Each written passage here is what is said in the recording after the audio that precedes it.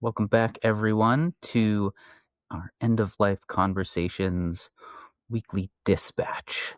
Dispatch. I love it. Dispatch. It's fun that we landed on one.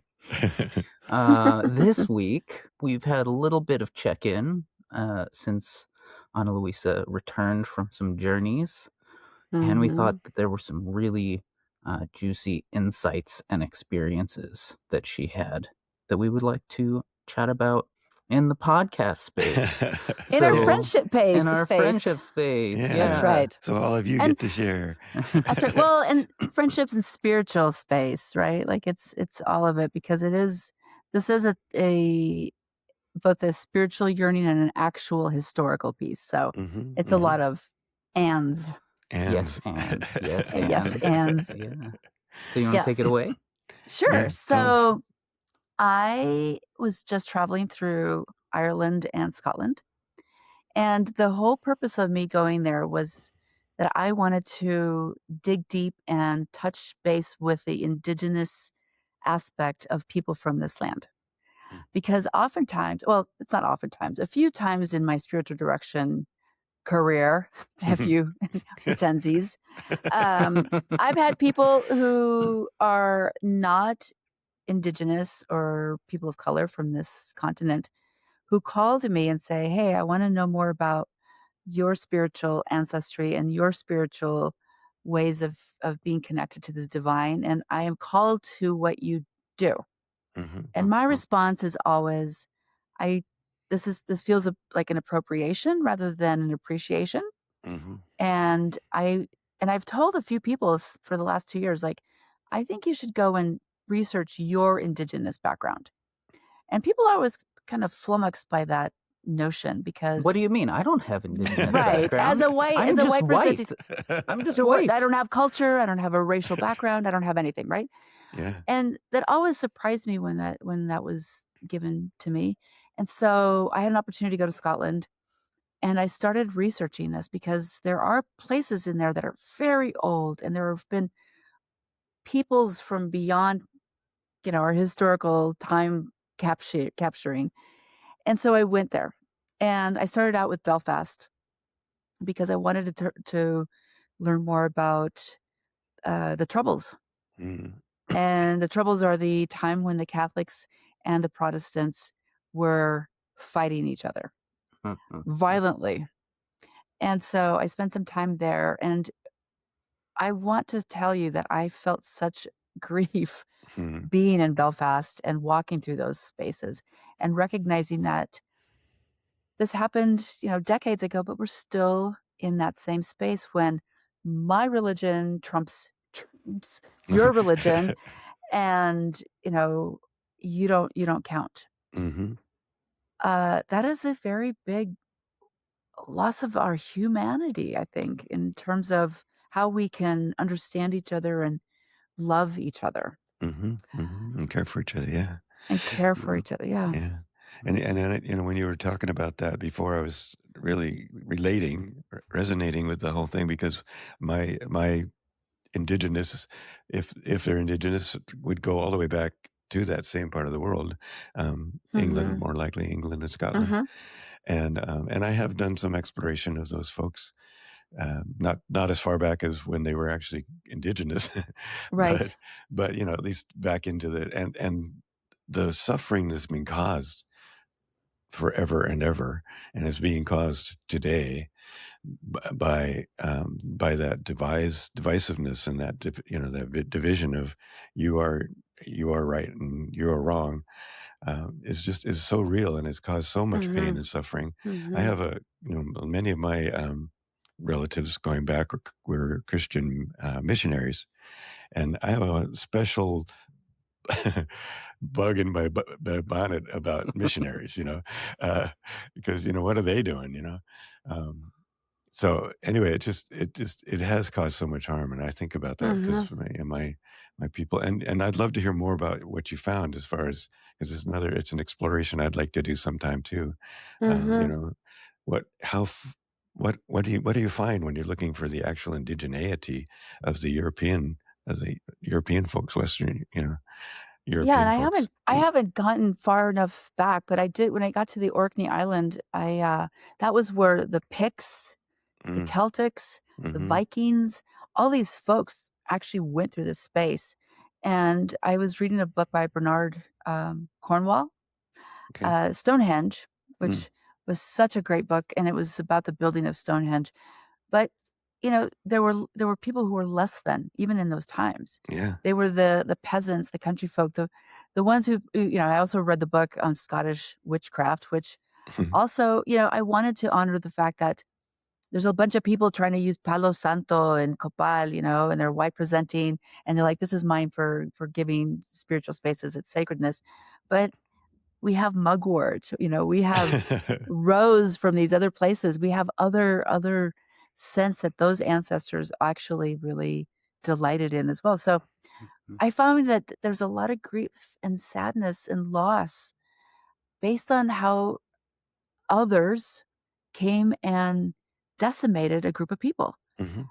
The Picts were, I in my mind right now, I don't know, I have not stopped studying this, but they were the indigenous crew that were kind of around. They were land-based people. Mm, They were mm, doing things in their own ways, right? The Celtics were very land-based, spiritually grounded. And why did some of these people get moved out? It was because when capitalism rose, they needed to get off the land in order to clear the land for capitalist growing of, you know, sheep. yeah. Animal husbandry, they Yeah. needed to clear the land. And some of the trauma that I also found out about was that they would take these very poor country folk and they would ship them to Australia. They would ship them to the United States. So imagine that big void in you that you're taken away from your land, Mhm. your Mhm. your your ancestors. I think there is a loss that a lot of US citizens who come from this background, they must feel it, and they're searching for something, and they're asking, the Native Americans in this land to help fill it, but there is something to be said to go back to your land and find the ways. Mhm. Mhm. Sam, take it away. I think you have a lot of information on Yeah, this. you've been doing some work with this too, You right? have been doing Yeah, some work. yeah, yeah. For a long time, a long Yeah. time. This and just to like maybe plug a little bit, like this Yeah. is a critical part of the ministry that I'm developing. Mm, Mhm. Um, and I have started helping some people. I haven't traveled. I haven't been like Right. financially able to travel to any of these places. And there's a great like um longing in mhm, myself Mhm. to do that Mhm. because of these kinds of experiences, like firsthand information and Mhm. stories from my dad when he went on his walkabout and backpacked through Europe and the Near East in his 20s, mm, and how he recounts his sense of magic and Mhm. personal attunement, a Mhm. personal like medicine power mhm, Yes. mhm. Yeah. being totally different on that land. He Yeah, could feel he could feel in his body the attunement I to believe those that. places. yeah. Um, Mhm. so just the disclaimer that the work that I've been doing is remote, um, Mhm. but long and intentional, and um, and yeah, the what you're saying, Ana Luisa, about being dispossessed of your ancestral lands and then Mhm. shipped to another place to become the colonizer Mhm. Right. Mhm. Mhm. is part of the trauma that we carry and Yeah. That's part of right. that void. And a lot of the conversations I've had of people who have stories of grandparents or parents who immigrated to the United States is the cultural assimilation pressure Mhm. that is the myth of the melting pot. Ah, The myth in the sense of a falsehood. Myth yeah. can be, also Mhm. metaphorical, deep, deep understanding, but the false narrative of the melting pot that we have in this country, which is much more in reality is assimilate or suffer. Yeah. Right. And what are we assimilating to? That's so crazy. I hadn't thought about that since like second grade when they talked, or third grade when they're like the melting pot. The United States is Yeah, the melting pot for all of these immigrants, which, I was raised thinking like, yeah, we're all becoming Americans. Mhm. But what does it actually mean, right? Like, what does it Capital and actually profit. capital and profit? The religion of money. Mhm. Yeah. Exactly. Yeah. So, we do have a loss when we can't come with our own cultural pieces. I don't know. It's just so huge for me. It really is Right. painful. It is painful. It vexes my soul for all of us. Yeah. Yeah, For everybody absolutely. who's been, like you said, dispossessed and taken from their land, Right. taken from their ancestral knowing. Right. Mhm. Yeah. And so there's the pressure to fit in. Mhm. And Right. so, people aren't speaking their native language, Yeah. which Right. is a codex of understanding, place-based understanding, Yeah. And belonging. because of Yeah. the way a language develops in place. Mhm. Right. And then there's also that trauma of I lost all this stuff. And so it's Mhm. so painful to Mhm. talk about it, Mhm. to Mhm. reference Mhm. any of it. And dangerous.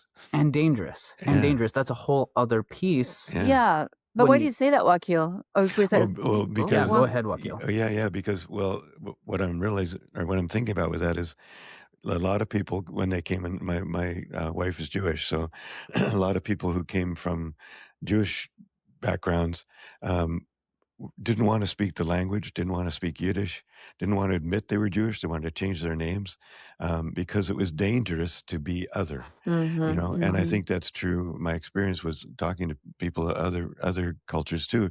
When you come here and think of that too, we talked about last time. I think Sam and I talked about the plants that get transferred here, and we decide to rip them out of the ground. Right, that hubris we have. But what's lost by that? How much have we lost by not bringing that culture with us, by not sharing that culture? If there actually was a melting pot, this could be an incredibly dynamic and wonderful and full and creative culture. But because of that ripping it out and that sense of you're not safe, if you don't fit in, we've lost so much. It is deeply Right. painful. And I wonder if that's part of that yearning that so many people have that they can't Absolutely. identify it, Yeah. right? And so they glom onto something or they are asking, they're begging for something that could be theirs too, but it's really not really what they're looking for. They need to fill their cup with their own medicine, Yeah. with their own Yeah. history, with their own ancestral connection. Yeah. And how do we do that in this space? That's a really good thing to think about, because on the one hand, we're in a position now in our world of communication where we can actually learn about, tap into the cultures of any place, anywhere, anytime, right? And so if we do have that deep hole in our hearts, you know, is it better or worse to reach back and find the pics or the folks that are from our culture, or is it should we all just be sharing? I mean, that's that as I was saying earlier, if we could have ideally brought it all in and just shared, then maybe we'd all just be sharing. And I think Yeah. but then you're right, you've got to be very careful about. And it's very important not to just be appropriative, which is what ends up Right. happening, because that's our culture. We come, we take what we want. Extracted. It's Yeah. extractive. Yeah. Right. Yeah. Sam, what were you going to say? Yeah, so there's two parts to that I want to speak to. One is that we talk about reaching back and finding traditional knowledge. And that is certainly a useful and a noble effort, but it is also integral to understand that none of these cultures have not been touched by colonial processes, Yeah. Right. Christianization, Right. and concerted efforts to destroy them. And so To we don't eradicate them. have to eradicate them. So we don't have a full container Mm-hmm. Right. to refer to Yeah, and we don't have teachers. We don't. I mean, there are Well, knowledge There keepers. there yeah. are knowledge keepers, and they are coming up in Scotland. I met a Mm, woman. I through a different source, but she actually just had a festival to try to get all those wisdom keepers wow. together because it's resurging. Hmm. Oh, good, good. Hmm. And there was an Icelandic lady that I followed on That's Instagram right. like years ago, and she lives in a place where they've been practicing Mm, the Yes, there traditional are knowledge. They were pockets probably. untouched Right, by wow, Christianization in wow. that right. place, which is really interesting because she had a lot to say about people who are doing cultural reconstruction. Mm, Hmm. But there's some cultural workers that I've encountered that talk about the importance of having the preservers mm-hmm. of the old Of ways the knowledge. Hmm. and the reconstructors and innovators, Oh, Hmm. because these Hmm. also, part of that reaching back into the past is we can get trapped in trying to find a pure version, yeah. Right, which right. leads and opens the door for the ways that European traditional knowledge seeking has been hijacked by white supremacy, Hmm. nationalism, Mm-hmm. Hmm. ethno-nationalism, Mm-hmm. Hmm. and xenophobia, Mm, yeah. because fascism tries to crystallize and Right, right. and The create purity. a Yeah. purity, an Yeah, right. unchanging version of a culture, and Right, all of these are dynamic Yeah. cultural forces. right. And so Yeah. the reconstructors are doing the work of incorporating and adjusting and evolving these traditions and the pieces that we have Hmm.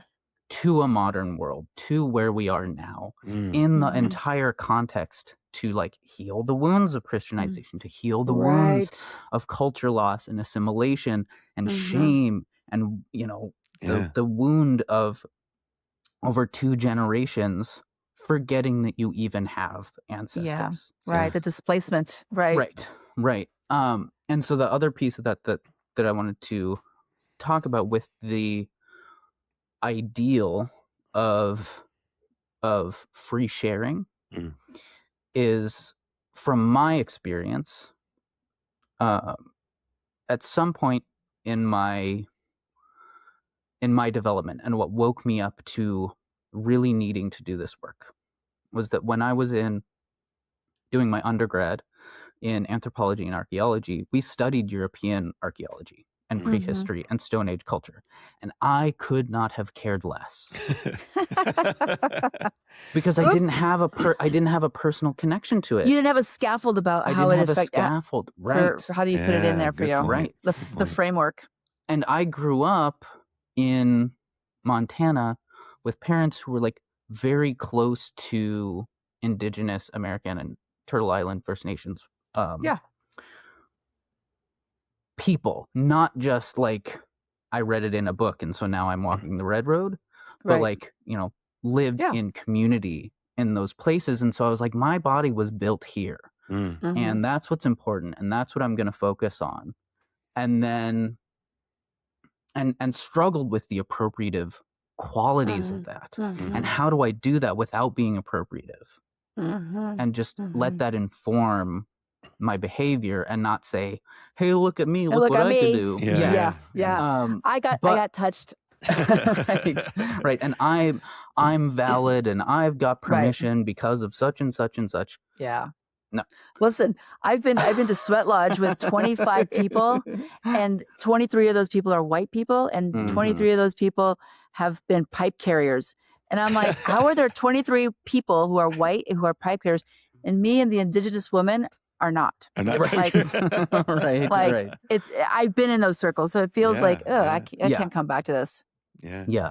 So after I had graduated, my dad is also an anthropology sort of oriented person. And I should caveat, when I say anthropology, there's a different branch called radical anthropology, which is very like heavily critical of the colonial Mm, Western centric, Eurocentric school of thought that Mm. birthed modern Mhm. anthropology. mm, So but we found out through all sorts of different research and some of the 23andMe stuff and some family efforts and a chance encounter with some Eastern Orthodox or Russian Orthodox priests who recognized our last name, Wow. which is Zemke, Yeah. which was a clan. Basically, it's the Baltic Druid clan. Cool. And they said, this is who your family is. And once we found that out and started researching that, the hole in the bottom of my vessel began to patch. Yes. Yeah. Yeah. The root, I found the root. Right. And so the things that I was encountering didn't fall out the bottom and leave me hungry still. Yeah. Wow. It's I think that's so key. That really is. And not everybody's going to have the chance encounters, but I think that having so I'm going to have something. My similar story is that about 6-7 years ago, I had an opportunity to do some shamanic journeying to find benevolent ancestors, and I was surprised by somebody who showed up. And this person, I was just shocked. It was like a Spaniard in like their metal gear, right? And I was like, oh, I have a colonial dude in my benevolent ancestry, circle. And I remember for a few years it was really hard for me because I thought that's the person who came and probably like raped and pillaged, the land, the people of this land. But then I had a chance to go 2 places. I went to France, where my last name originates, Armendariz, which is a Basque French name. And I went to Spain and Balboa, where a lot of these folks live. And I was walking El Camino de Santiago, and I bumped into somebody who was a historian. And I told him, I was like, yeah, I think I have this this Basque, military person as my ancestor. And he said, I want you to remember that those people were conscripted during those times when they were going out to colonize. They were probably poor. And they got just shoved on the boat and said, you're going to do this work. And he said a lot of those people actually came back and settled back into the Balboa area. And so that also filled my cup, made me like, okay, so this is my vessel. This is like who I've come from. And the healing has to be for that person too, who probably was traumatized and had to endure XYZ exploits by the hand of the capitalist colonizers, right? So not all folks are going to be doing these kind of things, but just even like reaching back through your prayers or through your imagination and saying, benevolent ancestor, I don't know who you are, but I'm here to support you in this journey of reconciliation.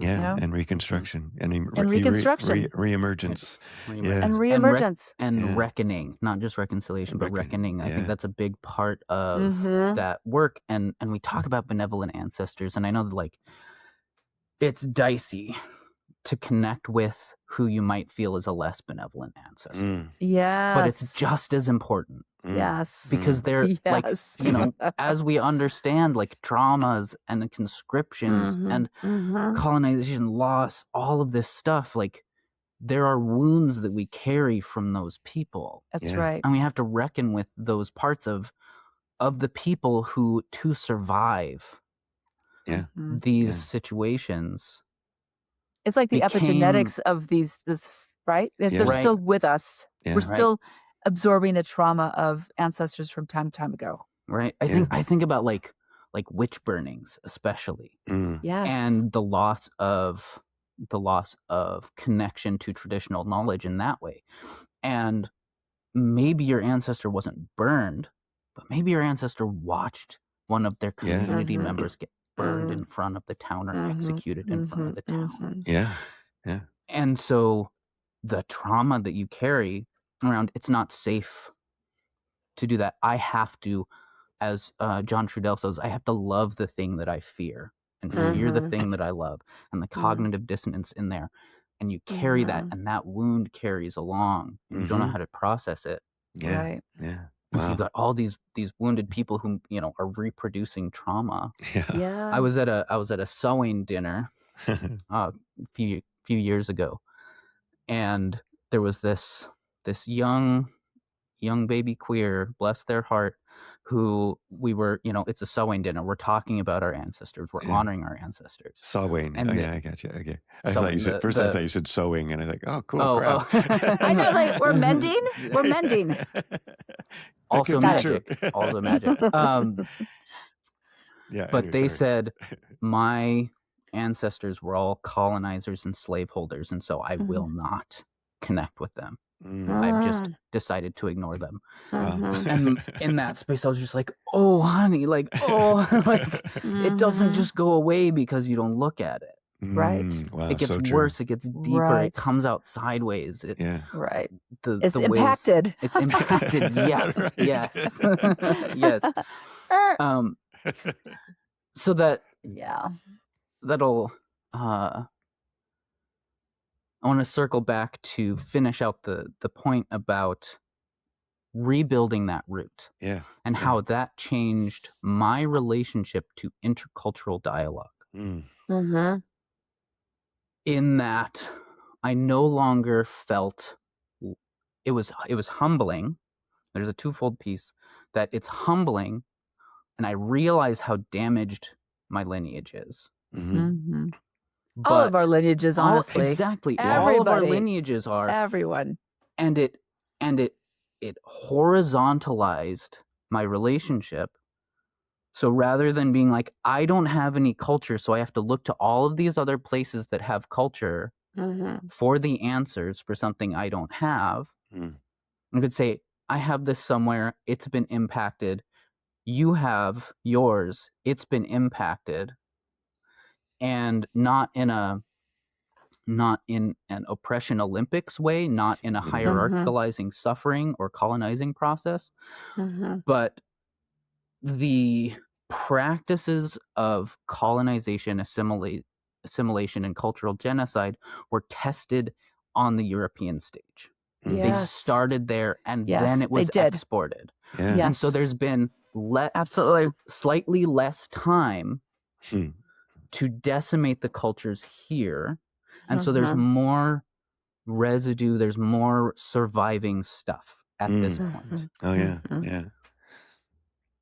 And so if you can say that without like putting one above other or saying I've suffered more or whatever, you can, it's this like, we have gone through similar things at different times in our ancestral process. Yeah. But it builds a kinship relationship where I'm not trying to take, but I can ask for help. Yeah. Right. I can That's bring something to the table. Yeah. I can say that, if I'm researching my where so many of us are mutts. Pick one you like. Yeah. Pick one that you feel connected to. It's part of the like buffet. We have to kind of engage with that being messy, muddy people. And I think that exists sort of throughout history. Nobody's pure. It does. But it changed how I approached these spaces. And you stop being so obnoxious about it. when you can be humble, and when you can see and connect on that like person to person, we are family. We're all in the same mud in this way. Yeah, right. Yeah. Right. We're all bozos on the bus. We're all bozos on the bus, and we all have different sacred stuff in our satchels, right? Like, yeah. I love that. Not everybody has Palo Santo. No, yeah. Right. I love that sense, though, that you mentioned a couple of times of kind of like one of the things we like to do here is think about how do we go forward from this? How do we deal with this as a community? And I love it, just a sense of recognition that we're all on the same bus. We're all bringing what we bring, and having humility and compassion for each other, and setting that intention to say, okay, let's see what we can share together about our ancestors, and what we can share that can lift us all up, and in a way that is not denigrating to anybody and is not competing with anybody. And wow, what a great work that would be if we could do that. Yep. And it's healing, right? Yeah. It fills that void. I love the idea of like packing in the bottom of your vessel so that your roots can be safe. I'm like, That's exactly right. Otherwise, you're a sieve, which is why you're always hungry. You're like a hungry ghost, always wanting to grab, and you're hungry, but nothing's going to fill it until you actually get and put a stopper in there. Yeah, Right. find a way, find a place. Mm-hmm. What a great plan. So, Yay! Yeah. Well, it's been a really good.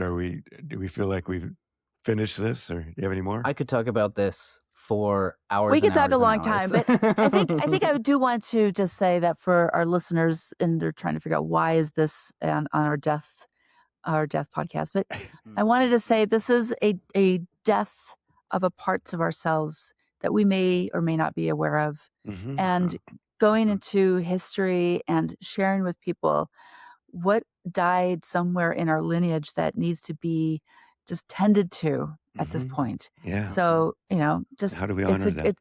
how do we honor it? How do we grieve the loss? How do we come out of that grief cycle with like the yearning that we might encounter in ourselves of what we are hoping to have, but we can't figure out what it is. Yeah. So it's just about this loss and grief. Yeah. And that brings up another point that I thought was really important in our non-recorded conversations about this, which is in understanding that collective sort of experience of domination, culture, loss, whatever it is, the search, especially in a commodified sort of influencer culture, of reconnecting with ancestral teachings, traditional knowledge, indigenous worldviews, whatever you want to call it, can be presented as a pretty sunshine and roses kind of thing, and it'll give you all these tools to feel great, and it's this magic, and it'll lift you up, and ascension, and light and love, and light and love. But no people who have carried traditional knowledge have gone unscathed, as we said at the beginning. That's right. And so it's really important to understand that stepping into these spaces is one of like I want to say a critical piece, because it's my work and I've seen the impacts of it. But it's not a light work. There is grief and loss and death and so much pain and trauma and shadow work that comes with the beauty of reconnecting with a land-based animist, connective worldview. That you have to carry those at the same time. And so to not forget that anytime you step into those spaces, you're going to have to deal with all that stuff. It's got to all be integrated to be All a gotta whole, be be a integrated. whole person. It's going to be ouch. It's going to be ouch. It's going to be ouch. Yeah, It's gonna be ouch. and have some people, have some people to be Have with some people you. reach out. Yeah, I can help with that. Reach out. Yeah. That's what we're. And the tears suggesting. in that process are medicine. Yeah, they always- And that is part of healing the loss that your ancestors went through that maybe they couldn't process on their own. That's right. Yeah, go scream. Yeah. Yes. Very, very So important. good. So good. So important. Well, I love you guys. You guys are brilliant. And so everybody, thank you so much for listening. We would love to have you get onto our chat. In the podcast notes, you'll see a link to our chat on Substack. Please subscribe and tell all your friends, and like and do all that good stuff. Yeah. Really, we'd love to have people get into the conversation. That's something we've just kind of started promoting, and we really love when people talk to us, and that we can all learn from each other. So thank you so much. Yes. See you Until next time. Adios. Adios. Grief and loss, conversations about the end of life.